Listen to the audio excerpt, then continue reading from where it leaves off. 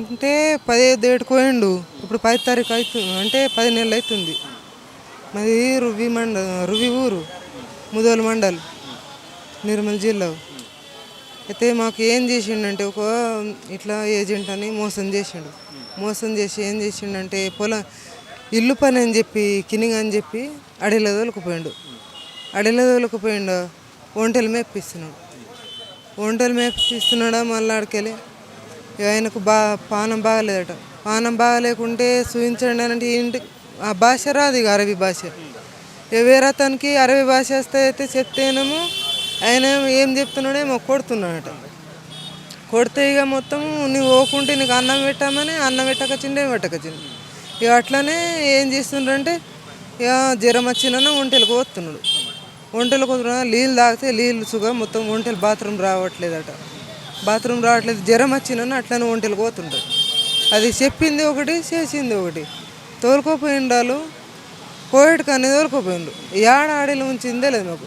ఏడుచుకుంటే మావాడు ఫోన్ చేసిండు, రప్పించేడు చేయాలి మాకు రేవంత్ రెడ్డి సార్, మాకు ఓలన్న పెద్ద సార్. ఇట్లా చివరిసారి మీతో ఎప్పుడు ఫోన్లో మాట్లాడారు, ఏం మాట్లాడారు మీతో? అంటే 4 రోజులు, అంటే 6 రోజులు అవుతుంది. 6 రోజుల నుంచి మాట్లాడట్లేదు. ఇట్లా నాకు ఏంది, నేను చచ్చిపోతా, నాకు ఇట్లా బాధ అవుతుంది, నాకు చూపెడతలేరు, నాకు పానం బాగలేదు, నాకు రప్పియకుంటే నేను చచ్చిపోతా, ఆత్మహత్య చేసుకొని చచ్చిపోతా అని ఫోన్ పెట్టేసిండు.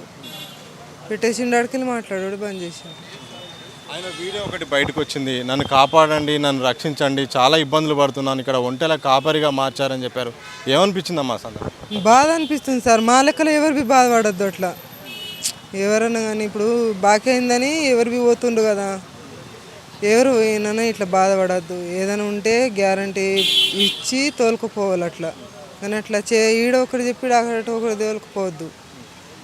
ఆడ పోయి వేరే పని చెప్పియద్దు. అట్లా ఇప్పుడు మేమంటే పోనీ ఏదో అట్లా మేము నష్టం జరిగినాం, మా లెక్కల మంది ఎవరికి నష్టం జరగద్దు. ఎవరైతే ఏజెంట్ ఉన్నారో ఆ ఏజెంట్ను సంప్రదించారా? అసలు ఏం పని మీద ఏమైంది, నా భర్త పరిస్థితి ఏందని చెప్పారా?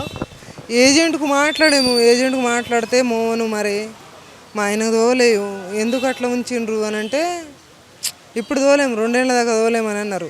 2 ఏళ్ళ దాకా తోలేమంటే మా ఆయన మరి అట్లా ఎండ అయితే పడి రాకొచ్చింది, బగ్గ ఎండ కొడుతుందట. అయితే మరి మా ఆయనకు కాకొచ్చిందట, మరి వచ్చేస్తాడట. మరి మేము ఏదైనా పని చేసుకొని బతుకుతామని అంటే అట్లా తోలేమని ఫోన్ చిప్చబెట్టేసిండు. ఈ ఫోన్ మొత్తం ఇక మాట్లాడట్లేదు, ఇట్లా అవుతుంది. ఫోన్ మాట్లాడినప్పుడు కానీ అక్కడ ఎట్లా చూస్తున్నారు, వాళ్ళ యజమానులు కానీ ఏమైనా దాడులు చేస్తున్నారా, కొడుతున్నారా, ఏం చెప్పారు? నేను ఫోన్ చేసి చెప్తే బాగా కొట్టిండ్రట. ఇక మోహన్ మరి తోలేనంటే కదా, ఇక ఏం చెప్పిండే ఇక అలా కపిల్కు వాళ్ళు బగ్గగా కొట్టిండ్రట. కొడితే సుఖం మళ్ళీ నువ్వు పోయితేనే పోపాయలకు నీకు చంపేస్తామని బాధ పెడితే అట్లనే పోతున్నాడు ఒంటెలకి. ఇక ఇప్పుడు అడవిలో ఉన్నాడు. ఇప్పుడు అక్కడ ఆదుకుంటోలే ఎవరు లేరు. అట్లయితుంది. ఇప్పుడు మొన్ననే బిడ్డ పెళ్ళి చేసినాం. మాదేమైనా బాగా మేమేమైనా ఒక 4 బిఘలు లేదు, ఒక 2 బిఘలు లేదు, ఒక బిఘలు లేదు, మాకు ఉన్నది ఒక 25 గుంటలు ఉన్నది. అందులో మేము చేసుకొని బతకలేంది, మేము ఉండలేంది. అట్లా బాకి బుజ్జి పెళ్ళి చేద్దాం కదా అన్నట్లా పోయిండు మావాడు. పెళ్ళి చేద్దాం, నేను పోదామని పెళ్ళికి సుఖదోలేరు వాళ్ళు. నేనే చేసిన పెళ్ళి, నా కొడుకు నేను ఉండి. ఉపాధి కోసం పోయినప్పుడు డబ్బులు ఏమైనా పంపించాడు అప్పుడప్పుడు? అసలు ఆయనకు పంపించే పరిస్థితి ఉందా, లేకపోతే మొత్తం కనెక్షన్ బంద్ అయిపోయింది? ఫస్ట్ నెలలో వచ్చిన పైసలు ఏమంటే ఇక ఆయన ఏజెంట్ తీసుకున్నాడు, మాకు ఇవ్వలేడు ఇక పైసలు. మళ్ళీ ఏమంటే 3 నెలలకు అంటే ఒక 6 నెలలు పంపించాడు అంతే. ఇక మాకు అంతకెక్క ఏం పంపించలేదు. చెప్పి ఏమంటే ఒక 110 దినార్లు అని చెప్పుకోపోయినరు. ఒక 110 దినార్లు అని మళ్ళీ ఆడికెళ్ళగా 75 దినార్లు పంపిస్తుండ్రు.